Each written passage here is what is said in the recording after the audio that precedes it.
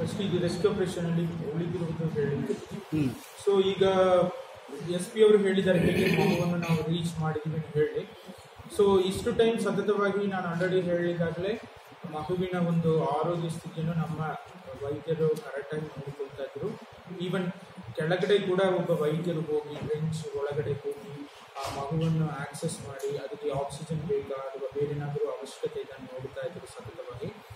ಮತ್ತೆ ನಾವು ಆಲ್ರೆಡಿ ನೈಟೇ ಹೇಳಿಬಿಟ್ಟಿದ್ದೀವಿ, ನಾನು ಡೈರೆಕ್ಷನ್ ಕೊಟ್ಟಿದ್ದೀನಿ, ನಮ್ಮ CO ಸಾಹೇಬರು ಡೈರೆಕ್ಷನ್ ಕೊಟ್ಟಿದ್ದಾರೆ ಏನೇನೆಲ್ಲ ಅವಶ್ಯಕತೆ ಇದೆ. ಆದರೆ ಮೆಡಿಸಿನ್ಸ್ ಇರಲಿ, ಮೆಷಿನರಿ ಇರಲಿ, ಎಕ್ವಿಪ್ಮೆಂಟ್ ಇರಲಿ, ಏನಿರಲು ಆನ್ ದ ಸ್ಪಾಟ್ ಇರಬೇಕು. Not only one ambulance, 2 ambulance with all advanced facilities ಅಲ್ಲಿ ನಿಲ್ಲಬೇಕು ಅಂತ ನಾವು ಹೇಳಿದ್ದೀವಿ. ಸೊ DHO ಅವರು ಕೂಡ ಅಲ್ಲಿ ಬಂದಿದ್ರು, ಸ್ಪಾಟ್ಗೆ ಬಂದು ಅವರು ಕೂಡ ಇದ್ರು. ಅಲ್ಲಿ ಇರುವ THO ಮತ್ತು ಅವರೆಲ್ಲ ತುಂಬ ಒಳ್ಳೆ ಕೆಲಸ ಮಾಡಿದ್ರು. ಸೊ ನಾವು ಅಲ್ಲಿ ಬೇಕಾದ ವ್ಯವಸ್ಥೆಗಳನ್ನು ಮಾಡಿಕೊಂಡ ಮೇಲೆ ಮಗುವನ್ನು ಫಸ್ಟ್ ಮೇಲೆ ನಾವು ತಗೊಂಡು ಬಂದ ಮೇಲೆ ಅಲ್ಲಿಯೇ ನಾವು ಫಸ್ಟ್ ಏಡ್ ಮಾಡೋದನ್ನು ನೋಡಿದರೆ ಅಲ್ಲಿ ಅನ್ಕಂಟ್ರೋಲಬಲ್ ಕ್ರೌಡ್ ಇತ್ತು. ಸೊ ಅದರಿಂದ ನಾವು ಲೇಟ್ ಆಗಬಹುದು ಮತ್ತೆ ಕ್ರೌಡ್ ನುಗ್ಗುವ ಸಾಧ್ಯತೆ ಇದೆ ಅಂತ ಹೇಳಿ ಆಂಬುಲೆನ್ಸಲ್ಲಿ ನಾವು ಫಸ್ಟ್ ಏಡ್ ಮಾಡಿಕೊಂಡು ಹೋದರೆ ಪ್ರಾಬ್ಲಮ್ ಇಲ್ಲ ಅಂತ ಹೇಳಿ ಆಂಬುಲೆನ್ಸಲ್ಲಿ ಫಸ್ಟ್ ಏಡ್ ಮಾಡಿದ್ವಿ. ಮತ್ತು ಪ್ರಿಲಿಮಿನರಿ ಏನೇನೆಲ್ಲ ಟೆಸ್ಟ್ ಮಾಡಬೇಕು, ಆದರೆ ಹೈಪೋಗ್ಲೈಸೀಮಿಯಾ ಗ್ಲೈಸೀಮಿಯಾ ಆಗಿದೆಯಾ ಅಥವಾ ಲೈಕ್ ಇಂಜುರೀಸ್ ಇದೆ, ಸೈನಸಿಸ್ ಇದೆ, ಫ್ರಾಕ್ಚರ್ಸ್ ಇದೆ, ಇದೆಲ್ಲ ಕೂಡ ನಾವು ಆಂಬುಲೆನ್ಸಲ್ಲಿ ನಾವು ಚೆಕ್ ಮಾಡಿಕೊಂಡು ಹೋಗಿದ್ವಿ ವಿತಿನ್ 2-3 ಮಿನಿಟ್ಸ್. ಯಾಕಂದರೆ ನಾನು SP ಅವರು CO ಅವರು ಎಂಟೈರ್ ತಂಡ ಕೂಡ ಮಗುವನ್ನು ಎಸ್ಕಾರ್ಟ್ ಮಾಡಿಕೊಂಡು ಇಂಡಿ ತಾಲೂಕು ಹಾಸ್ಪಿಟಲ್ ಹೋಗುವ ಸಂದರ್ಭದಲ್ಲಿ ನಾವು ಕೂಡ ಕೇಳಿದ್ವಿ ವಿತಿನ್ 2-3 ಮಿನಿಟ್ಸ್ THO ಅವರಿಗೆ ಏನಾದರೂ ಸೀರಿಯಸ್ ಇಶ್ಯೂಸ್ ಇದ್ದಾನೆ, ಇಲ್ಲ ಕಂಪ್ಲೀಟ್ಲಿ ಆಲ್ರೈಟ್ಸ್ ಅಂತ ಹೇಳಿದ್ರು. ಮತ್ತು ಇಂಡಿ ತಾಲೂಕು ಹಾಸ್ಪಿಟಲಲ್ಲಿ ನಾವು ದಾಖಲೆ ಮಾಡಿ ಅಲ್ಲಿ ಕೂಡ ತಪಾಸಣೆಗಳು ಮಾಡಿದ್ದೀವಿ. ಸೊ ವರಿ ಮಾಡಿಕೊಡುವ ರೀತಿ ಯಾವುದೂ ಇಲ್ಲ. ಸ್ವಲ್ಪ ಆಪರೇಷನ್ಸ್ ಈ ಒಂದು ಶೋಲ್ಡ್ರಲ್ಲೇ ಇದೆ, ಅದು ಬಿಟ್ಟರೆ ಬೇರೆ ಏನೂ ಇಲ್ಲ ಅಂತ ಹೇಳಿದ್ರು. ಮತ್ತು ಸ್ವಲ್ಪ 2-3 hours ಕೂಡ ಇಲ್ಲ, ವಿತಿನ್ 2 hours ನಾವೇನು ಮಾಡಿದ್ವಿ. ಫರ್ದರ್ ಏನಾದರೂ super speciality CT scan, spine scan ಎಲ್ಲ ಮಾಡಬೇಕಾಗಬಹುದು ಅಂತ ಹೇಳಿ ನಾವು ಡಿಸ್ಟ್ರಿಕ್ಟ್ ಹಾಸ್ಪಿಟಲ್ಗೆ ನಿನ್ನೆ ಸಂಜೆನೇ ಕರೆದುಕೊಂಡು ಬಂದಿದ್ವಿ. ಅವರೆಲ್ಲ ಸ್ಕ್ಯಾನ್ ಎಲ್ಲ ಮಾಡಿಬಿಟ್ಟು the child is completely perfect, ಇನ್ನು ಸರಿ ವರಿ ಮಾಡಿಕೊಳ್ಳೋದು ಏನೋ ಅವಶ್ಯಕತೆ ಇಲ್ಲ ಅಂತ ಡೀಟೇಲ್ ಆಗಿ ಹೇಳಿದ್ದಾರೆ. ಇವತ್ತು ಬೆಳಿಗ್ಗೆ ಕೂಡ ನಾವು ಹೋಗಿ ಮಗುವನ್ನು ನೋಡಿಬಿಟ್ಟು ಮತ್ತೊಮ್ಮೆ ರೀಕನ್ಫರ್ಮ್ ಮಾಡಿಬಿಟ್ಟು ಬಂದಿದ್ದೀವಿ. ಸೊ ಇವತ್ತು ಸಂಜೆ ಅಥವಾ ನಾಳೆ ಮಗು ಡಿಸ್ಚಾರ್ಜ್ ಮಾಡುವ ಒಂದು ಒಳ್ಳೆಯ ಬೆಳವಣಿಗೆ ಆಗ್ತೀನಿ ಈ ಸಂದರ್ಭದಲ್ಲಿ ನಾನು ಹೇಳಿಕೊಳ್ತೀನಿ.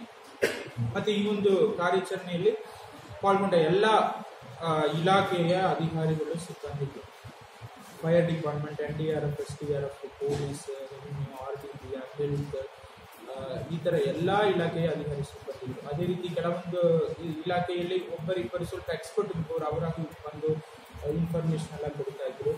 ಮತ್ತು ಸಾರ್ವಜನಿಕರು ಅಲ್ಲಿ ಇರುವವರು ಭಾಳಷ್ಟು ಲೈಕ್ ಪ್ರಿಲಿಮಿನರಿ ನಾವು ಅರೇಂಜ್ಮೆಂಟ್ ಮಾಡೋಕ್ಕೆ JCB ಇರಲಿ, ಡಿಟ್ಯಾಚ್ ಇರಲಿ, ಇದೆಲ್ಲ ತರಿಸೋಕ್ಕೆ, ಮತ್ತು ಏನು ಹಕ್ಕ ಇರಲಿ ಅಥವಾ ಬೇರೆ ರೀತಿ ಯಾವುದೋ ಸಣ್ಣ ಪಟ್ಟ ವಿಚಾರ ಇದು ನಮಗೆ ಬೇಕಾಗುತ್ತೆ ರೀತಿ ಹೇಳಿದರೆ ವಿತಿನ್ 5-10 ಮಿನಿಟ್ಸ್ ಆದ ಮಧ್ಯರಾತ್ರಿಯಲ್ಲಿ ತಗೊಂಡು ಬಂದು ಕೊಡ್ತಾ ಇದ್ರು.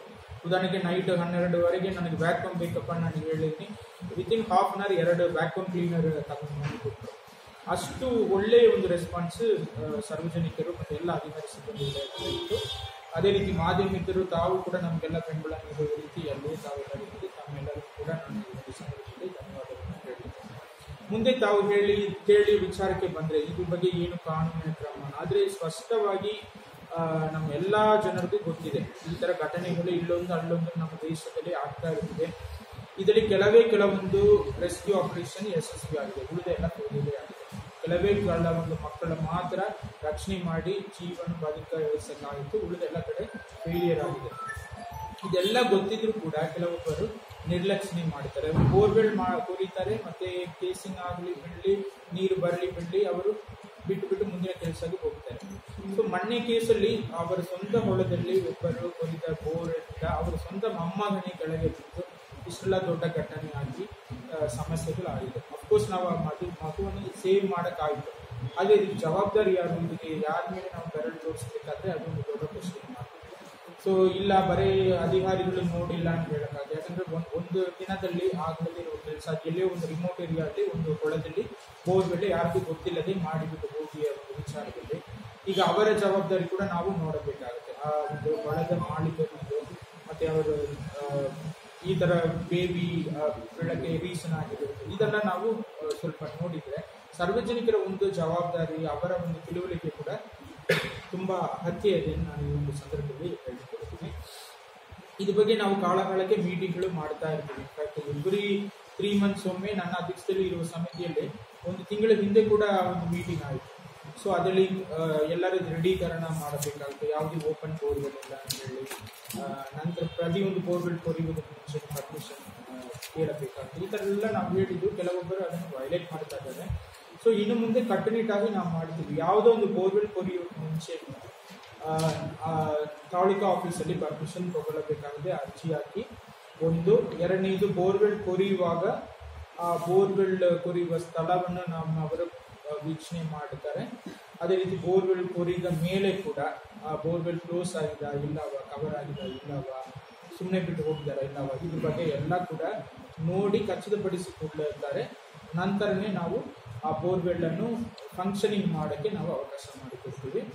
ಇಲ್ಲಾಂದರೆ ಆ ಹೊಲದ ಮಾಲೀಕರು ಮತ್ತು ಬೋರ್ವೆಲ್ ಯಾರು ಬಿಲ್ ಮಾಡ್ತಾರೋ ಕಂಪನಿ ಕಾಂಟ್ರಾಕ್ಟರ್ ಆಗಿಲ್ಲ, ಅವರಿಬ್ಬರ ಮೇಲೆ ನಾವು ಸೂಕ್ತವಾದ ಕಾನೂನು ಕ್ರಮವನ್ನು ನಾವು ಕೈಗೊಳ್ತೀವಿ. ಈ ಒಂದು ಘಟನೆಯಲ್ಲಿ ಕೂಡ ಈಗಾಗಲೇ ಆ ಥರ ಒಂದು ಕಾನೂನಿನ ಕ್ರಮ ಕೈಗೊಳ್ಳಕ್ಕೆ ನಾವು ಈಗಾಗಲೇ ಸೂಚನೆ ಕೊಟ್ಟಿದ್ದೀವಿ. ಆದ್ದರಿಂದ ಮುಂದೆ ಕೂಡ ವಿಜಯಪುರ ಜಿಲ್ಲೆಯ ಸಮಸ್ತ ನಾಗರಿಕರು ಇದ್ರ ಬಗ್ಗೆ ಬಹಳಷ್ಟು ಕಾಳಜಿ ವಹಿಸಿ, ಇದು ಏನೋ ಒಂದು ರಿಮೋಟ್ ಹೊಳ ಇರೋದ್ರಿಂದ ಈ ಥರ ಘಟನೆ ಇದೇ ಒಂದು ಊರೊಳಗೆ ಅಥವಾ ಊರ ಪಕ್ಕದಲ್ಲಿ ಏನಾದರೂ ಒಂದು ಓಪನ್ ಬೋರ್ವೆಲ್ ಇದ್ದರೆ ಇನ್ನೂ ಜಾಸ್ತಿ ಮಂದಿ ಕೂಡ ಲೈಕ್ ಸಫರ್ ಆಗಿರುವ ಒಂದು ಚಾನ್ಸಸ್ ಇದೆ. ಸೊ ದಯವಿಟ್ಟು ಸಾರ್ವಜನಿಕರು ತಮ್ಮ ಜವಾಬ್ದಾರಿನ ಅರ್ಥ ಮಾಡಿಕೊಳ್ಳಬೇಕು. ನಾವು ಇನ್ನೂ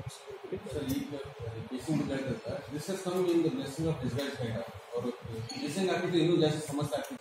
7.5 ಇಂಚ್ 72 ಸರಿಯಾ. ಸೊ ಈ ಥರ ಬರುವಾಗ ತಲೆಯಲ್ಲಿ ಸಿಕ್ಕಾಕೊಂಡಿದೆ, 2 ಸೈಡ್ ಇದೆಲ್ಲ ಅಲ್ಲಿ ಶೋಲ್ಡರ್ ಸಿಕ್ಕಾಕೊಂಡಿದೆ, ಅದಕ್ಕೆ ಮಗು ಕೆಳಗೆ ಹೋಗೋಕ್ಕಾಗಿಲ್ಲ. ಇನ್ಫ್ಯಾಕ್ಟ್ ಅದುವೇ ನಮ್ಗೆ ಚಾಲೆಂಜ್ ಆಯಿತು. ಯಾಕಂದರೆ ಆ 2 ಕಡೆ ಶೋಲ್ಡರ್ ಇತ್ತಲ್ಲ, ಆ ಶೋಲ್ಡರ್ ಸೈಡ್ ಅಲ್ಲಿ ರಾಕ್ ಸ್ಟ್ರಕ್ಚರ್ ಇತ್ತು.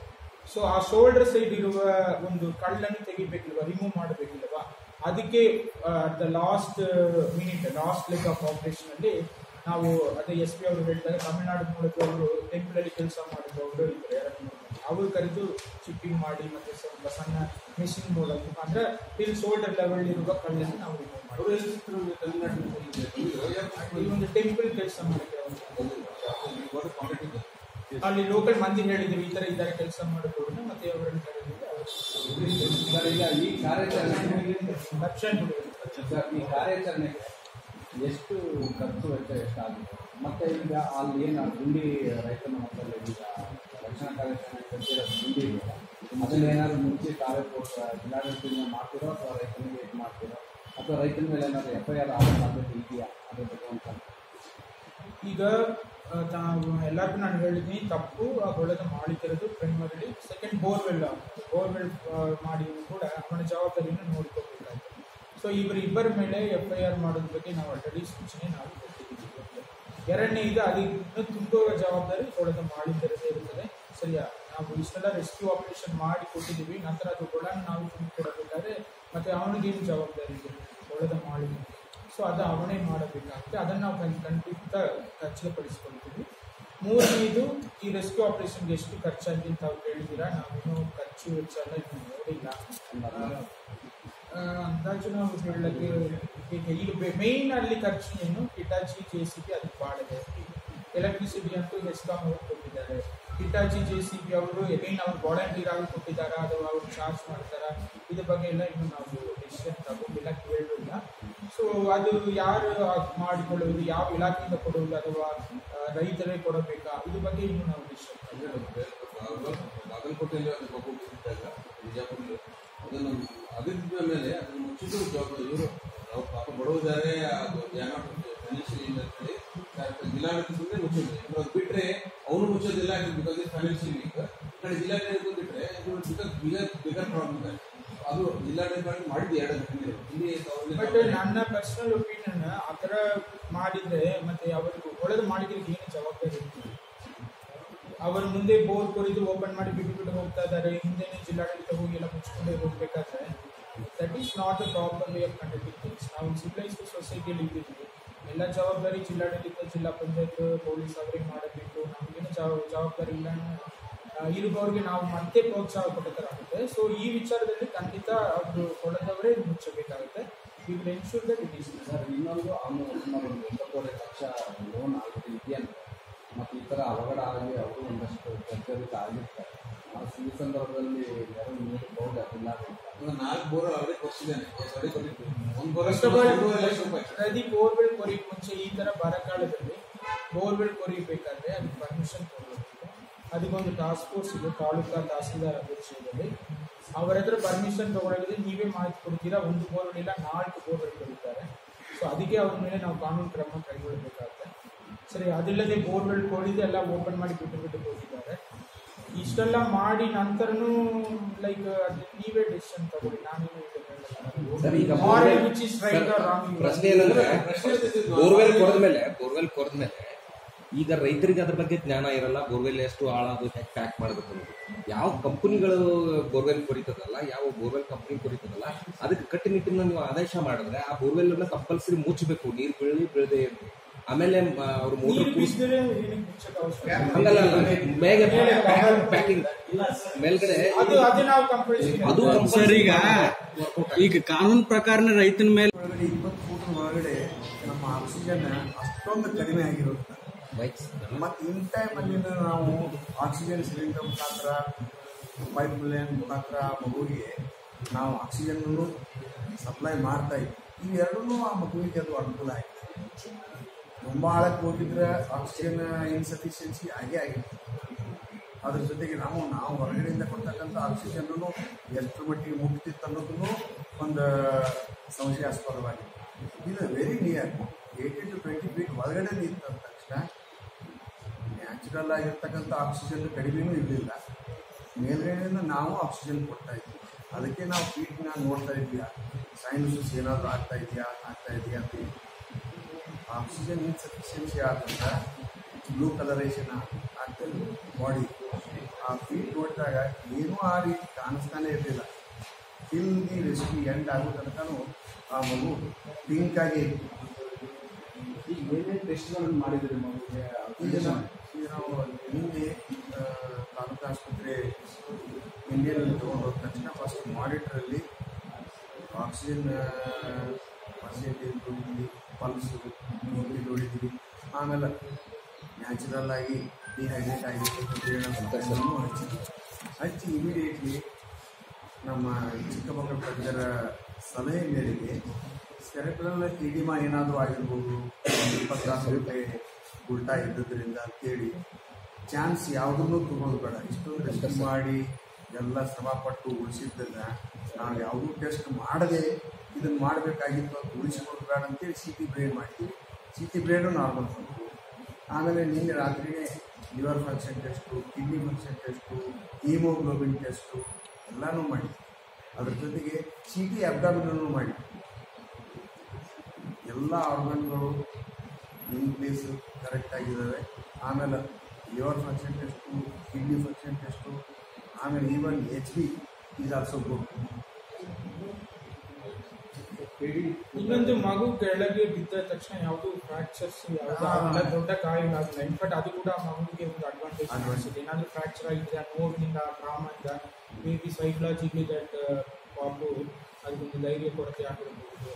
ಸೊ ಅದು ಕೂಡ ಯಾವುದು ದೊಡ್ಡ ಫ್ರಾಕ್ಚರ್ ಗಾಯಗಳು ಇಲ್ಲದಿರೋದ್ರಿಂದ ಅದು ಕೂಡ ಮಗುವಿನ ಹೆಲ್ತ್ ಕಂಡೀಷನ್ ಸ್ಟೇಟ್ ಆಗಿ ಕೊಡೋಕ್ಕೆ ಅನುಕೂಲ ಮಾಡುತ್ತೆ. ಸರ್ ಮೆಂಟಲಿ ಅದಾಗಿತ್ತು. ಈಗ ಎಂಜೈಟಿ ನಿನ್ನೆಯಿಂದ ಇರಿಟೇಬಲ್ ಇತ್ತೇ. ಇವತ್ತು ನಾವು ನಾಳೆ ಸಾಯಂಕಾಲವರೆಗೆ 48 hours ಸುಮ್ಮನೆ ಇಟ್ಕೊಂಡಿದ್ವಿ. ಇರಿಟೇಬಿಲಿಟಿ ಹೋಗಬೇಕಂತ ಒಂದು ಕಾರಣ. ಅಲ್ಲಿ ಫ್ಯೂಚರ್ ಇಶ್ಯೂಸ್ ಆಗೋ ರೀತಿ ಯಾವುದೂ ಇಲ್ಲ. ಅದು ಯಾರು ಇವನ್ ಯಾವುದು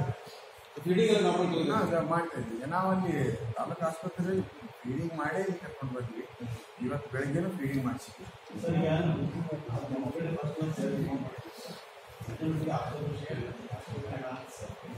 ಫೋಟೋ ತೆಗಿಯಕ್ಕೆ ಇಲ್ಲ, ನಾವೇ ಫೋಟೋ ಇಲ್ಲ ರೀ, ಅದು ಈಗ 15 ಮಕ್ಕಳಿದ್ದಾರೆ, ಸಣ್ಣ ಸಣ್ಣ ಪಾಪ IC ಒಳಗಡೆ ತೆಗಿಬಿಡೋದು. ನಾವೇ ವಿಡಿಯೋ ಮಾಡಿ ಅದು ಬೇಕಾದ್ರೆ ಇಡೀ ದೇಶದಲ್ಲಿ ಜೀವಂತವಾಗಿರುವಂತಹ ಯಾವುದೂ ಉದಾಹರಣೆ ಇಲ್ಲ ಸರ್. ಇಡೀ ನ್ಯಾಷನಲೈಸ್ ನ್ಯೂಸ್ ಟ್ವೀಟ್ ಮಾಡಿದ್ವಿ, ಮೀಡಿಯಾ ಕೂಡ ನಮ್ಮ ಒಂದ್ಸರಿ ಟ್ವೀಟ್ ಮಾಡ್ಕೊಂಡ್ರೆ ನಮ್ಗೆ ಭಾಳ ಅನುಕೂಲ ಇದೆ. ಅಲ್ಲಿ ನೋಡಿದ್ವಿ ಜನತೆ ಯಾವ ಥರ ಇದೆ. ಈಗ ನಿಮಗೆ ಗೊತ್ತಿದೆ, ಒಬ್ಬೊಬ್ಬರೇ ಕ್ಲಿಕ್ ಮಾಡಿಕೊಂಡು ಹೋದ್ರೆ ಅದಕ್ಕೆ ನಾನು ಕರೀತೀನಿ, ಎಲ್ಲರೂ ಬನ್ನಿ ಒಮ್ಮೆ ನಾನು ಇಂಡಿವಿಜುವಲ್ ಆಗಿ ಎರಡು ಸೆಷನ್ ಸರ್, ಹೊರಗಡೆ 2 ಸೆಷನ್ ಕೊಟ್ಟಿದ್ದು ಕೂಡ ನಮ್ದು ದಿವಸ ಒಂದು ಪಾಸಿಟಿವ್ ಆಗ್ತಾ ಇತ್ತು. ಏನಾಗುತ್ತೆ ಸರ್, ಕೆಲವರಿದ್ದಾಗ ಒಂದೇ ಕಾರಣ ಇರುತ್ತೆ, ಸಂಭ್ರಮ ಅಷ್ಟೇ. ಈಗ ನಾವು ಕೆತ್ತಿದ್ದೀವಿ, ಮಗು ಅದೃಷ್ಟ ಆಗಿದೆ, ನಮ್ಗೆ ಯಾವ ಕಾರಣ ಬರಲ್ಲ. ಅದ್ರಾಗ ಸೋತಾಗ 100 ಗಂಟೆ ಕಾರಣಗಳು ಬರ್ತಾರೆ. ಅದು ನಾವು ಯಾಕೆ ಹೇಳ್ಬೇಕಂದ್ರೆ ಗುರು ಎಲ್ಲ ಇಲಾಖೆ ಚೆನ್ನಾಗಿ ಕೆಲಸ ಮಾಡಿದೆ. ಫಸ್ಟ್ ಅಗ್ನಿಶಾಮಕ ಇಲಾಖೆ ನಾವು ಕೊಡ್ತೀವಿ ಸರ್. ಯಾಕಂದ್ರೆ ಫಸ್ಟ್ ಬೇಸಿಕ್ ಅಪ್ಲಿಕೇಶನ್ ಹಾಕಿದ್ರೆ ಅವ್ರು ಔಟ್ ಫೌಂಡೇಶನ್ ಹಾಕಿದ್ರೆ SDRF ಮಾಡೋಕ್ಕಾಗ್ತಿರ್ಲಿಲ್ಲ, NDRF ಮಾಡಿಲ್ಲ. ಮತ್ತು ಆ ರವಿ ಬಜೆಟ್ ಮತ್ತು ಪೈಗಂಬರ್ ಇಟ್ಟು ಹೋಗ್ತಿಲ್ಲ ಸರ್, ಗಡಿ ಕೆಲಸ ಮಾಡೋದು ಅವ್ರು ಎಕ್ಸಲೆಂಟ್ ವರ್ಕ್ ಮಾಡ್ತಾರೆ ಸರ್. ಈಗೆಲ್ಲ ರಾತ್ರಿ ಸ್ವಲ್ಪ 2 ಸೆಷನ್ ಕೊಟ್ಟಿದ್ರೆ ನಾವು ಕೇಳಿದೀವಿ, ಎಲ್ಲರೂ ಬಂದ್ರಿ, ನೀವು ಎಲ್ಲರೂ ಅಸೆಂಬ್ಲಿ ಆಗಿಬಿಟ್ಟು ಕರೀರಿ, ನಾನು ಬರ್ತೀನಿ ಹೇಳಿದೆ, ಯಾರು ಮತ್ತೆ ಕರೀದಿಲ್ಲ, ಎಲ್ಲ ಇಂಡಿವಿಜುವಲ್ ಆಗಿ ಬಂದಿರಿ. ನೀವಂತೂ 2-3 ಸಲ ಬಂದ್ರಿ, ತುಂಬಾ ಬಿಟ್ರೆ ನೀವು ಬೋರ್ಡ್ ಒಳಗೆ ನುಗ್ಗಿರ್ತೀರ.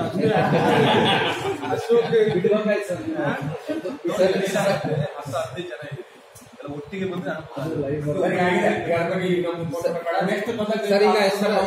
ಸರಿ ಸರ್, ಪ್ರಮುಖವಾಗಿ ನಾವೇ ಕರೀತಾರೆ ಬಂದು ಎಲ್ಲ ಸೇರಿ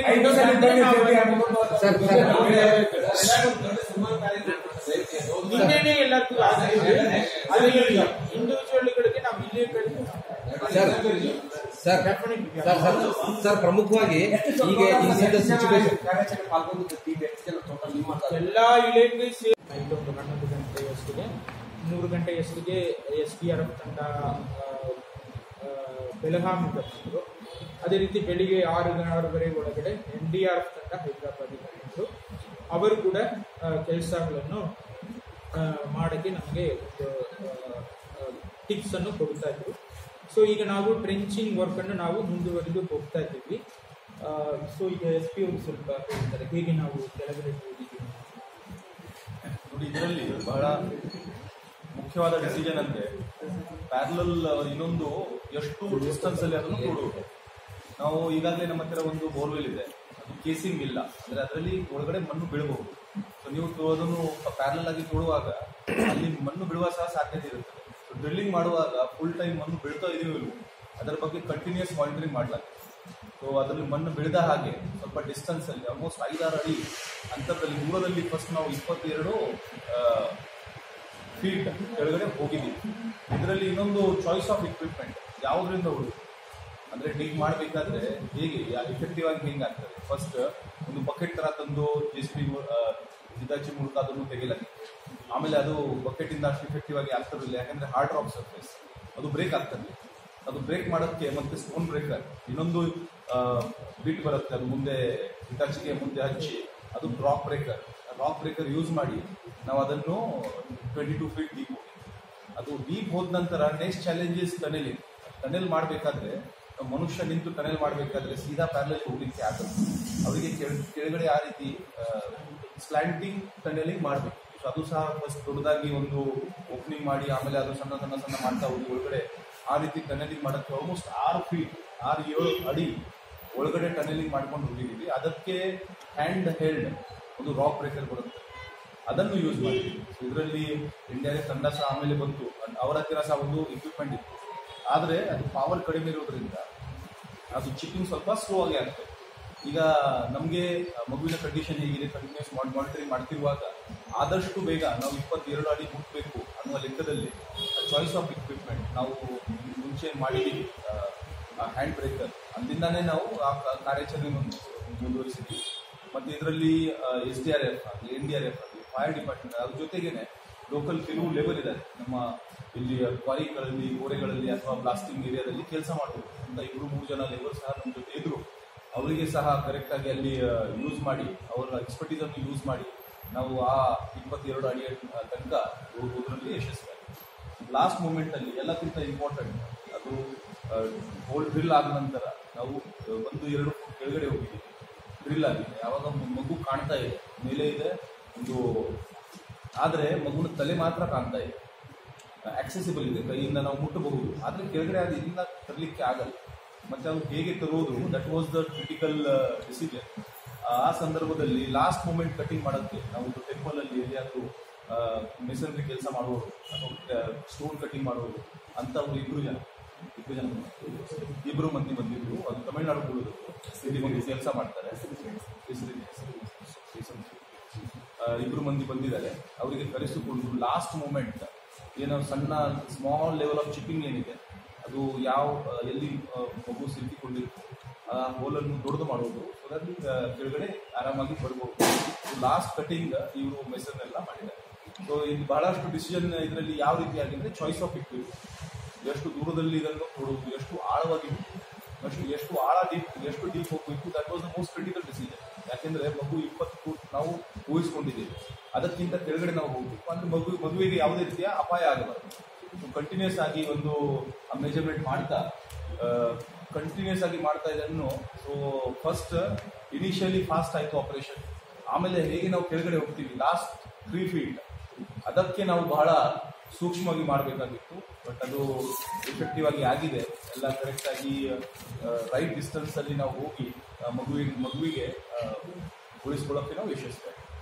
ಈಗ ಪುಷ್ ಮಾಡಬೇಕು ಮೇಲ್ಗಡೆ ಅನ್ನೋದು ಇನ್ನೊಂದು ವಿಚಾರ ಇತ್ತು, ಪುಷ್ ಮಾಡಿ ಮಗುವಿಗೆ ಮೇಲೆ ತರುವುದು ಅಂತ. ಬಟ್ ಅದರಲ್ಲಿ ಸಹ ರಿಸ್ಕ್ ಹೇಗಂದ್ರೆ, ಈಗಾಗಲೇ ಡಿ ಸಿ ಸಾಹೇಬ್ ಹೇಳಿದಾಗೆ ಮಗುವಿನ ಪೊಸಿಷನ್ ನಮಗೆ ಗೊತ್ತಿಲ್ಲ, ಅದು ಸಣ್ಣ ಮಗು ಮತ್ತೆ ಅದು ಪೊಸಿಷನ್ ಚೇಂಜ್ ಮಾಡ್ತಾ ಇರ್ತದೆ. ಹಾಗಿರುವಾಗ ಪುಷ್ ಮಾಡಿದ್ರು ಸಹ ಮೇಲೆ ತರುವುದು ಹೇಗೆ, ಅದು ರಿಸ್ಕ್. ಪುಷ್ ಅಂದ್ರೆ 20 ಫೀಟ್ ಮೇಲೆ ಅಷ್ಟು ಪುಷ್ ಆಗಬೇಕು. ಅಷ್ಟು ಪುಷ್ ಮಾಡುವಂಥ ಇಕ್ವಿಪ್ಮೆಂಟ್ ನಮ್ಮಲ್ಲಿ ಆ ಸಮಯದಲ್ಲಿ ಲಭ್ಯ ಇರಲಿಲ್ಲ. ಸೊ ಅದು ಒಂದು ರಿಸ್ಕಿ ಆಪ್ಷನ್ ಅಂತ ಹೇಳ್ಬಿಟ್ಟು ಅದನ್ನು ನಾವು ಕೈಬಿಟ್ಟು ಹೀಗೆ ನಾವು ಮಗುವಿಗೆ ಮೇಲೆ ಸ್ವಲ್ಪ ಕೈಯಿಂದ ಆಕ್ಸೆಸ್ ಮಾಡಬಹುದಿತ್ತು. ಸೊ ಒಬ್ಬ ಮನುಷ್ಯ ಮಗುವಿಗೆ ಸ್ವಲ್ಪ ಮೇಲೆ ಎತ್ತಿ ಸ್ವಲ್ಪ ಸ್ಪೇಸ್ ಕ್ರಿಯೇಟ್ ಮಾಡಿ ಆ ಚಿಪ್ಪಿಂಗ್ ಮಾಡಿದ್ದಾರೆ. ಸೊ ದಟ್ ಚಿಪ್ಪಿಂಗ್ ಮಾಡುವಾಗ ಮಗು ತಲೆಗೆ ತಾಗಬಾರದು. ಆ ವಿಚಾರದಲ್ಲಿ ಆ ರೀತಿ ಸ್ವಲ್ಪ ಸೂಕ್ಷ್ಮವಾಗಿ ಕಾರ್ಯಾಚರಣೆ, ಲಾಸ್ಟ್ ಕೊನೆ ಹಂತದ ಕಾರ್ಯಾಚರಣೆ ಅಷ್ಟು ಸೂಕ್ಷ್ಮವಾಗಿ ನಡೆಸ್ತಾರೆ. ಸರಿ, ಬೋರ್ವೆಲ್ ಕೊರೆಯ ನಿಯಮಾವಳಿಗಳು ಏನಿದಾವೆ, ಏನು ಟ್ರೈ ಮಾಡ್ತಾ ಅಂದಾಜು 1 ತಾಸು ನಂತರ ಎಂಟೈರ್ 2 ಕಾಳು ಸೇರಿ ಏನಾಗಿದೆ ಕಟ್ಟಕ್ಕೆ ಆಯಿತು. ಸೊ ಹಗ್ಗದಲ್ಲಿ ಒಂದು ಲೂಪ್ ಮಾಡಿರ್ತೀವಿ. ಅದು ಆ ಟೈಮಲ್ಲಿ ನಮಗೆ ಅಷ್ಟೊಂದು ತಿಳುವಳಿಕೆ ಇಲ್ಲ, ಯಾಕಂದ್ರೆ ಆ ಟೈಮಲ್ಲಿ ನಮಗೆ ಬೇಕಾದ್ದು ಮಗು ಮತ್ತೆ ಕೆಳಗಡೆ ಹೋಗಬಾರ್ದು. ಯಾಕಂದ್ರೆ ಬೇರೆ ರಾಜ್ಯಗಳಲ್ಲಿ ಆಗುವ ಘಟನೆಗಳು ನೋಡುವಾಗ ಫಸ್ಟ್ ಮಗು ಮೇಲೆ ಇರ್ತದೆ, 8 ಫೀಟಿಗೆ ಹೋಗಿರ್ತದೆ, ನಂತರ ಏನಾದರೂ ಮಾಡಕ್ ಹೋದ್ರೆ ಮತ್ತೆ 20 ಫೀಟಿಗೆ ಹೋಗುತ್ತೆ, ನಂತರ ಕೆಳಗೆ ಹೋಗ್ತಾ ಇರ್ತದೆ. ಈ ತರ 300-400 ಫೀಟ್ ವರೆಗೆ ಕೂಡ ಕೆಲವೊಂದು ಮಕ್ಕಳು ಹೋಗಿರುವುದೇ ಎಲ್ಲರಿಗೂ ಗೊತ್ತಿರೋ ವಿಚಾರ. ಆದ್ರೆ ಯಾವುದು ಆಗಬಾರ್ದು ಒಂದು ವಿಚಾರಕ್ಕಾಗಿ ಈ ತರ ಲೂಪ್ ಮಾಡಿ ಕಾಳಿನ ಕಟ್ಟಿ ಬಿಟ್ರೆ ಅಟ್ಲೀಸ್ಟ್ ಮಗು ಮುಂದೆ ಕೆಳಗೆ ಹೋಗಬೇಕು ಆಗಲ್ಲ ಅಂತ ಹೇಳಿ ಆ ಒಂದು ನಿರ್ಧಾರವನ್ನು ನಾವು ತಗೊಂಡಿದ್ದೀವಿ. ಅದು ಕೂಡ ತುಂಬಾ ಯಶಸ್ವಿಯಾಗಿ ಫೈರ್ ಸರ್ವಿಸ್ ಅವರು ಮಾಡಿದ್ದಾರೆ. ಇನ್ ಮೀನ್ ಟೈಮ್ ಹೆಲ್ತ್ ಡಿಪಾರ್ಟ್ಮೆಂಟ್ ಇಂದ ಏನೇನೆಲ್ಲ ಚೆಕ್ ಮಾಡಬೇಕು, ಮಗುವಿನ ಪರಿಸ್ಥಿತಿ ಅದೆಲ್ಲ ನೋಡಿಕೊಳ್ತಾ ಇದ್ರು. ಆದ್ರೆ ಮೂವ್ಮೆಂಟ್ ಆಗ್ತಾ ಇದೆ, ಕಾಲು ಬೆರಳು ಮೂವ್ಮೆಂಟ್ ಆಗುತ್ತಾ, ಅಥವಾ ತುಂಬಾ ಕ್ರಿಪಿ ಆಗುತ್ತಾ, ಅಥವಾ ಕಲರ್ ಚೇಂಜಸ್ ಏನಾಗುತ್ತಾ, ಸ್ಕಿನ್ ಕಲರ್ ಚೇಂಜಸ್ ಏನಾಗುತ್ತಾ, ಈ ತರ ಎಲ್ಲ ಸತತವಾಗಿ ಅವರು ನೋಡ್ತಾ ಇದ್ರು. ಇನ್ ದ ಮೀನ್ ಟೈಮ್ ಏನಾಗಿದೆ, ಕಾಳು ಒನ್ಸ್ ಕಟ್ಟಿಯ ಮೇಲೆ ನಾವೇನು ಮಾಡಿದ್ವಿ, ಮೇಲೆ ಫುಲ್ ಮಾಡೋಕ್ಕೆ ನಾವು ಟ್ರೈ ಮಾಡಿದ್ವಿ. ಆದರೆ ಮೇಲೆ ಬರ್ತಾ ಇರಲಿಲ್ಲ. ಯಾಕಂದ್ರೆ ನಾನು ಆಲ್ರೆಡಿ ಹೇಳಿದಾಗ ಮಗು ತಲೆ ಕೆಳಗಿದೆ, ಮೇಲೆ ಕಾಳಿದೆ. ಮೇಲೆ ಕಾಳು ಒಂದು 17 ಅಡಿ ಎಲ್ಲಿ ಇದೆ, ಕೆಳಗೆ ತಲೆ ಒಂದು 18-18 ಅಡಿಯಲ್ಲಿದೆ. ಮಗು ಕೆಳಗೆ ತಲೆ ಇರುವ ಸಂದರ್ಭದಲ್ಲಿ ಆ ಮಣ್ಣೆಲ್ಲ ಹೋಗಿ ಮೇಲಿಂದ ಬಿದ್ದಿರ್ತಿಲ್ಲ ಮಣ್ಣು, ಅದೆಲ್ಲ ಹೋಗಿ ಮಗುವಿನ ಹಿಪ್ಪು ಸೈಡ್ ಫುಲ್ ತುಂಬಿಕೊಂಡಿದೆ. ಅದು ತುಂಬಾ ಜಾಮ್ ಪ್ಯಾಕ್ ಆಗಿಬಿಟ್ಟಿದೆ. ಸೊ ಮಗು ನಾವು ಮೇಲೆ ಫುಲ್ ಮಾಡೋಕ್ಕೆ ಟ್ರೈ ಮಾಡಿದ್ರೆ ಆ ಮಣ್ಣಲ್ಲಿ ಮಗು ಸಿಕ್ಕಾಕೊಂಡು ಮೇಲೆ ಬರ್ತಾ ಇರಲಿಲ್ಲ. ನಾವು ತುಂಬಾ ಫೋರ್ಸ್ ಮಾಡಿ ಅದನ್ನು ಫುಲ್ ಮಾಡಿದ್ರೆ ಮಗುವನ್ನು ಏನಾದರೂ ಸಮಸ್ಯೆಗಳಾಗುವ ಸಾಧ್ಯತೆ ಇದೆ. ಯಾಕಂದ್ರೆ ಅದು ಆಫ್ಟರ್ 13 ತಿಂಗಳ ಮಗು, ಅದನ್ನ ಕಾಳುಗಳು ನೋಡಿದ್ರೆ ತುಂಬಾ ಟೆಂಡರ್ ಬೋನ್ ಅಂತ ಹೇಳಿದ್ರು. ಅದು ತುಂಬಾ ಸಣ್ಣದಾಗಿರ್ತದೆ, ಲೈಟ್ ಆಗಿರುತ್ತೆ. ಸೊ ನಾವು ತುಂಬಾ ಬೇಗ ಫುಲ್ ಮಾಡಿದ್ರೆ ಏನಾದರೂ ಹೆಚ್ಚು ಕಡಿಮೆ ಆಗ್ಬೋದು. ನಾವು ರಿಸ್ಕ್ ತಗೊಳ್ಳೋಕ್ಕಾಗಿಲ್ಲ. ನಮ್ಮ ಹೆಲ್ತ್ ಡಿಪಾರ್ಟ್ಮೆಂಟ್ ಮತ್ತು ಫೈರ್ ಡಿಪಾರ್ಟ್ಮೆಂಟ್ ಅವರ ಒಂದು ಸಲಹೆ ಮೇರೆಗೆ ಬೇಡ, ಈಗ ಸದ್ಯಕ್ಕೆ ಅದೇ ಥರ ಇರಲಿ, ನಾವು ಮುಂದೆ ಟ್ರೈ ಮಾಡೋಣ, ಫಸ್ಟ್ ಆ ಮಣ್ಣನ್ನು ತೆಗೆಯಕ್ಕೆ ಟ್ರೈ ಮಾಡೋಣ ನಾವು ಪ್ರಯತ್ನ ಮಾಡಿದ್ವಿ. ಏನು ಮಾಡಿದ್ವಿ, ವ್ಯಾಕ್ಯೂಮ್ ಕ್ಲೀನರ್ಗಳು ತಂದಿದ್ದೀವಿ, ಒಂದು 2 ವ್ಯಾಕ್ಯೂಮ್ ಕ್ಲೀನರ್ಗಳು. ಅದ್ರ ಮುಖಾಂತರ ಆ ಮಣ್ಣನ್ನು ತೆಗೆಯಕ್ಕೆ ನಾವು ಪ್ರಯತ್ನ ಮಾಡುವಾಗ ಕಳ್ಳು ಮಣ್ಣು ಎಲ್ಲ ಸೇರಿ ಬಿದ್ದಿತ್ತು, ಬರೀ ಮಣ್ಣು ಮಾತ್ರ ಬಂದಿತ್ತು, ಕಳ್ಳು ಬಂದಿಲ್ಲ. ಇನ್ಫ್ಯಾಕ್ಟ್ ಇದೊಂದು ಅಡ್ವಾಂಟೇಜ್, ಯಾಕಂದ್ರೆ ಕಳ್ಳಾದ್ರೆ ಸ್ವಲ್ಪ ಗ್ಯಾಪ್ ಸಿಗುತ್ತೆ, ಉಸಿರಾಟಕ್ಕೆ ಸ್ವಲ್ಪ ಅನುಕೂಲ ಆಗುತ್ತೆ. ಅಟ್ಲೀಸ್ಟ್ ಸಾಫ್ಟ್ ಮಣ್ಣೆಲ್ಲ ಮೇಲೆ ಬಂದರೂ ಪರವಾಗಿಲ್ಲ, ನಾವು ಮ್ಯಾಕ್ಸಿಮಮ್ ಮಣ್ಣು ಅದೇ 1 kg ಇರಬಹುದು ಅಷ್ಟು ಮಣ್ಣನ್ನು ನಾವು ಕ್ಲಿಯರ್ ಮಾಡಿದ್ದೀವಿ. ನಂತರ ಪಾಪುದು ಕಂಡೀಷನ್ಸ್ ನಾವು ಸತತವಾಗಿ ಚೆಕ್ ಮಾಡ್ತಾ ಇದ್ದೀವಿ. ಕೆಲವೊಬ್ಬರು ಹೇಳಿದ್ರು ತುಂಬಾ ದೊಡ್ಡ ಪವರ್ಫುಲ್ ಸಕ್ಕಿಂಗ್ ಮಿಷಿನ್ಸ್ ಇರುತ್ತದೆ, ಅದನ್ನು ತಗೊಂಡು ಬಂದು ನೀವು ಟ್ರೈ ಮಾಡಿ. ಬಟ್ ಅದು ಸಲಹೆಗಳು ನಮಗೆ ಇನ್ನೂ ಸರಿಯಾಗಿ ಅನಿಸಿಲ್ಲ, ಯಾಕಂದ್ರೆ ಅದು ಪಾಪುದು ಕೂಡ ಸಣ್ಣ ಬಾಡಿ ಇದೆ, ತುಂಬಾ ಲೈಕ್ ಸ್ಕಿನ್ ಎಲ್ಲ ತುಂಬಾ ಸಾಫ್ಟ್ ಇರ್ತದೆ.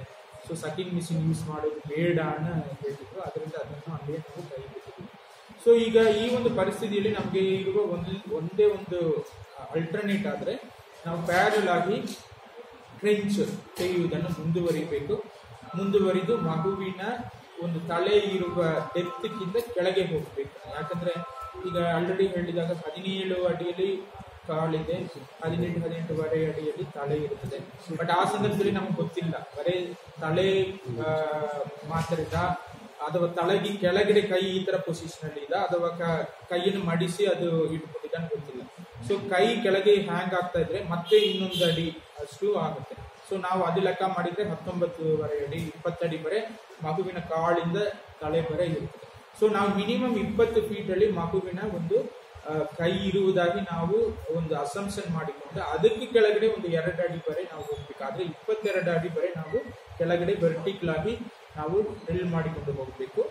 22 ಅಡಿ ರೀಚ್ ಆದ ಮೇಲೆ ಮತ್ತೆ ಹರಿಜಾಂಟಲ್ ಆಗಿ ಒಂದು ಸೊರಂಗ ಮಾರ್ಗ ತರ ಒಂದು ಮಾಡಿ ಹೋಗೋ ಮಗುವನ್ನು ರಚನೆ ಮಾಡಿಕೊಂಡು ಬರಬೇಕು ನಮ್ಮ ಪ್ಲಾನ್ ಇತ್ತು. ಸರಿ, ಇದಕ್ಕೆ ನಾವು ಪ್ರಯತ್ನ ಮಾಡ್ತಾ ಇದ್ದೀವಿ. ಸೊ ನಾನು ಆಲ್ರೆಡಿ ಹೇಳಿದಾಗ ಇನಿಷಿಯಲಿ ನಮ್ಮ ಲೆವೆಲಲ್ಲಿ ಎಲ್ಲ ಟ್ರೆಂಚ್ ಎಲ್ಲ ಮಾಡಲಿಕ್ಕೆ ಶುರು ಆಯಿತು. ಇನ್ ಬಿಟ್ವೀನ್ SDRF ತಂಡ ಬಂದಿತ್ತು. ಫಸ್ಟ್ ಗುಲ್ಬರ್ಗ ಅಂತ ಒಂದು ತಂಡ, ಅವರು ನಮ್ಮ ಸಮೀಪದಲ್ಲಿ ಇಲ್ಲ. ಅಂದರೆ ಬೋರ್ವೆಲ್ ಕೊರಿಯೋದಕ್ಕೆ ಮುಂಚೆ ಪರ್ಮಿಷನ್ ತಗೊಳ್ಳಬೇಕು, ಮತ್ತೆ ಅಲ್ಲಿ ಏನು ಈಲ್ಡ್ ಆ ವಿಚಾರಗಳನ್ನ ನಮಗೆ ಮಾಹಿತಿ ಕೊಡಬೇಕಾಗಿದೆ. ಬಟ್ ಆಕ್ಚುಲಿ ಬೋರ್ ಈ ಥರ ಫೇಲಿಯರ್ ಆದರೆ ಅಥವಾ ಈವನ್ ಫಂಕ್ಷನಿಂಗ್ ಬೋರ್ ಅನ್ನು ಕೂಡ ತಾತ್ಕಾಲಿಕವಾಗಿ ಕ್ಲೋಸ್ ಮಾಡಬೇಕಾದ್ರೆ ಅದು ಒಳಗೆ ಮಾಡಿದ್ರದೇ ಜವಾಬ್ದಾರಿ. ಈಗ ನಾವು ಹೇಳಿದ್ದೀವಿ ಅಲ್ಲಿ ಲೋಕಲ್ ಆಡಳಿತದಲ್ಲಿ ಅದನ್ನು ಲೈಕ್ ವಾಪಸ್ ಮುಚ್ಚಬೇಕಾಗುತ್ತೆ. ಒಂದು ಸಾಮಾನ್ಯ ಇಲಾಖೆ ಎಷ್ಟು ಕೊಡಬೇಕಾಗಿದ್ದಾರೆ, ಎಷ್ಟು ಉಪಯೋಗ, ಎಷ್ಟು ಆದರೆ ಖಾಸಗಿ ಗೌರ್ಮೆಂಟ್ ಎಲ್ಲ ಸೇರಿ ಸರಿ ಇರ್ತದೆ. ನಾವು ಪ್ರತಿ 3 ತಿಂಗಳಿಗೊಮ್ಮೆ ನಾವು ಮೀಟಿಂಗ್ ಮಾಡ್ತೀವಿ, ಅದರಲ್ಲಿ ಇನ್ಫಾರ್ಮೇಶನ್ ಶೇರ್ ಆಗುತ್ತೆ, ಅದು ಬೇಕಾದ್ರೆ ನಿಮಗೆ ಹೇಳಿಲ್ಲ. ಈ ಒಂದು ಘಟನೆ ನೋಡಿದ್ರೆ ಪ್ರೀವಿಯಸ್ ಡೇ ಕೊರಿದಿದ್ದಾರೆ, ನೆಕ್ಸ್ಟ್ ಡೇನೇ ಈ ತರ ಘಟನೆ ಆನ್ಗೋಯಿಂಗ್ ಪ್ರೊಸೀಜರ್ ಸರ್. ಡೇ ಅದು ಒಂದು ರಿಮೋಟ್ ಏರಿಯಾದಲ್ಲಿ ಅದು ಲೈಕ್ ಅಧಿಕಾರಿಗಳು ಕಿವಿಗೆ ಮತ್ತೆ ನೀವು ಕೊಳ್ಳ ಕೂಡ ನೋಡಿದ್ರೆ ಅದೇನೋ ಊರ ಮಧ್ಯದಲ್ಲಿ ಇರುವ ಒಂದು ಜಾಗ ಇಲ್ಲ, ಸ್ವಲ್ಪ ರಿಮೋಟ್ ಏರಿಯಾ ಇದೆ. ಸೊ ಅದರಿಂದ ಅಧಿಕಾರಿಗಳ ಗಮನಕ್ಕೆ ಬರಕ್ಕೆ ಸ್ವಲ್ಪ ವಿಳಂಬ ಆಗುವ ಸಾಧ್ಯತೆ ಇದೆ. ಸೊ ಅದರಿಂದ ಈ ಒಂದು ಎಲ್ಲ ವಿಚಾರಗಳನ್ನು ನಾವು ನೋಡಿ ಮುಂದೆ ಈ ಒಂದು ಬೋರ್ವೆಲ್ ಕಂಪನಿಗಳಿಗೂ ಕೂಡ ಕಠಿಣವಾಗಿ ನಾವು ಕರೆದು ಮೀಟಿಂಗ್ ಮಾಡ್ತೀವಿ, ನೀವು ನಾವು ಪರ್ಮಿಷನ್ ತಗೊಂಡೇ ಹೋಗ್ಬೇಕಾಗುತ್ತೆ ಅಂತ ಹೇಳಿ. ಅದು ಆಲ್ರೆಡಿ ಗೌರ್ಮೆಂಟ್ ಗೈಡ್ಲೈನ್ ಏನು ಈಗ ಬರಗಾಲದಲ್ಲಿ ಉಳಿದ ಟೈಮಲ್ಲಿ ಬೋರ್ವೆಲ್ ಕೊರಿಯೋಕ್ಕೆ ಏನು ಮಾನದಂಡ ಆಗುತ್ತೋ ಅದನ್ನು ಫಾಲೋ ಮಾಡಬೇಕು. ಏಜೆನ್ಸಿಗಳು ಬಿಜಾಪುರ ಮ್ಯಾಕ್ಸಿಮಮ್ ಎಲ್ಲ ತಮಿಳುನಾಡು ಆಂಧ್ರದಲ್ಲಿ ಏಜೆನ್ಸಿಗಳು, ಬಿಜಾಪುರ ಏಜೆನ್ಸಿಗಳು ಬಹಳ ಕಡಿಮೆ, 1-2 ಇರ್ಬೋದು. ಅಂದ್ರೆ ಮಷಿನ್ ಕಾಸ್ಟ್ ಕ್ರೋರ್ಸ್. ವಾರಕ್ಕೊಂದೀಗ 12 ವಾರಕ್ಕೊಂದು ಅಥವಾ 6-5 ದಿನಕ್ಕೊಮ್ಮೆ ಹಾಕ್ತೀವಿ. ಇನ್ನು ಫರ್ದರ್ ರಿಡ್ಯೂಸ್ ಮಾಡಕ್ಕೆ ಟ್ರೈ ಮಾಡ್ತಾ ಇರ್ತೀವಿ. ನಾನು ಪದೇ ಮೀಟಿಂಗ್ ಮಾಡ್ತಾ ಇರ್ತೀನಿ, ನೀವು ಕೂಡ ಒಂದು ಮೀಟಿಂಗ್. ಸೊ ನನ್ನ ಡೈರೆಕ್ಷನ್ 4 or 5 ಡೇಸ್ಗೊಮ್ಮೆ ಕೆರೆ ತುಂಬಿದ್ರು ಕೂಡ ಆ ಪ್ರಾಬ್ಲಮ್ ಕೆಲವೊಂದು ಕಡೆ ವರ್ಕ್ ನಡೀತಾ ಇರೋದ್ರಿಂದ ಸ್ವಲ್ಪ ಯೂನಿಫಾರ್ಮ್ ಆಗಿ ಕೊಡಬೇಕಾಗ್ತದೆ. ಆದರೆ ಅವರ KUWS ಅವರು ಎಕ್ಸಿಕ್ಯೂಟ್ ಮಾಡೋ ವರ್ಕಲ್ಲಿ ಈಗ ಕೆಲವೊಂದು ಕಡೆ ಬೇಕಾದ್ರೆ ನಾವು ಡೈಲಿ ಕೂಡ ಕೊಡಬಹುದು, 2 ದಿನಕ್ಕೊಮ್ಮೆ ಕೊಡಬಹುದು. ಆದರೆ ಒಂದು ವಾರ್ಡಿಗೆ ಡೈಲಿ ಕೊಟ್ಟು ಇನ್ನೊಂದು ವಾರ್ಡಿಗೆ 15 ದಿನಕ್ಕೊಮ್ಮೆ ಕೊಟ್ಟರೆ ಅದು ತಪ್ಪಾಗುತ್ತೆ with in the city. So ನಾವು ಸ್ವಲ್ಪ ಬ್ಯಾಲೆನ್ಸ್ ಆಗಿ ಮಾಡಬೇಕು. ಅಟ್ಲೀಸ್ಟ್ ಮಿನಿಮಮ್ 4 ಡೇಸ್ಗೊಮ್ಮೆ ಏನಾದರೂ ಕೊಡಬೇಕು. ಮ್ಯಾಕ್ಸಿಮಮ್ ವರ್ಷಕ್ಕೆ 6 ಡೇಸ್ಗೊಮ್ಮೆ ನಾನು ಹೇಳಿದ್ರೆ ಅದನ್ನು they are try to follow up. But further reduce ಮಾಡೋಕ್ಕೆ ನಾನು ಸಮೀಕ್ಷೆಗಳು ನಾನು ಹೇಳಿದ್ನಿಲ್ಲ. ಆಲ್ರೆಡಿ ಲಾಸ್ಟ್ ಮೀಟಿಂಗ್ ಅಲ್ಲಿ ನಾನು ಡೈರೆಕ್ಷನ್ ಕೊಟ್ಟಿದ್ದೀನಿ. ಫಸ್ಟ್ ಗೌರ್ಮೆಂಟ್ ಬೋರ್ವೆಲ್ಸ್ ಏನೇನು ಪರಿಸ್ಥಿತಿಗಳು ಇದೆ, next private borewell. So private borewell ನಿಮಗೆ ಗೊತ್ತಿದೆ, ಲೈಕ್ ಬಹಳಷ್ಟು ಮಂದಿ ನಮ್ಮ ಹತ್ರ ಪರ್ಮಿಷನ್ ತಗೊಳ್ಳಿಲ್ಲ, 90% ಇದುವರೆ ಆಗಿದ್ದಾರೆ. ಸೊ ಅದೆಲ್ಲ ಎಲ್ಲೆಲ್ಲಿ ಹಾಕಿದ್ದಾರೆ ಬೋರ್ವೆಲ್, ಅದು ಯಾವ ಪರಿಸ್ಥಿತಿ ಇದೆ ಚೆಕ್ ಮಾಡೋದಾದ್ರೆ ಸ್ವಲ್ಪ ಟೈಮ್ ತಗೊಳುತ್ತೆ. ನಾವು ಖಂಡಿತ ಮಾಡಿ ನೀವು ಕೇಳುವ ರೇಟ್ ಈ ಸದ್ಯಕ್ಕೆ ಅದನ್ನ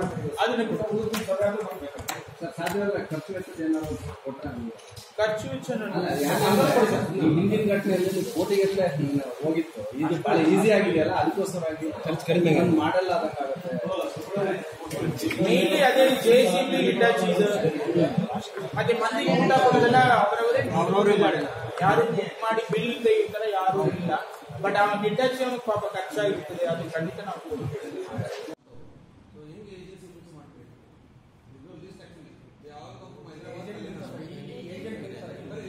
ಸಿಗುತ್ತಾರಿಲ್ಲ, ನಾವು ಎಂಕ್ವೈರಿ ಮಾಡಿದ್ವಿ ಪೊಲೀಸ್ ಡಿಪಾರ್ಟ್ಮೆಂಟ್ ಪರ್ಮಿಷನ್ ತಗೊಂಡು ಮಾಡಬೇಕು.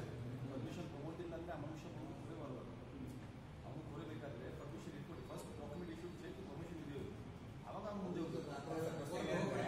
ಏನು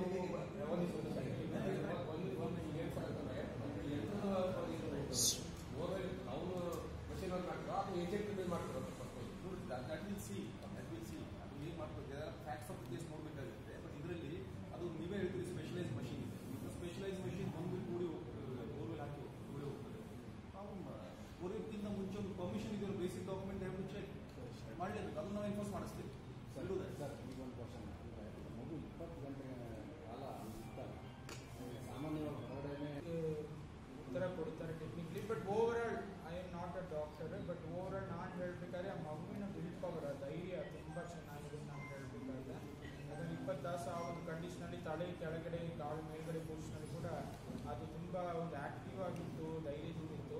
ಅದು ಮೇನ್ ರೀಸನ್ ಆ will power. Other than that medical reason ನಮ್ಮ DH ಅವರು ಹೇಳ್ತಾರೆ.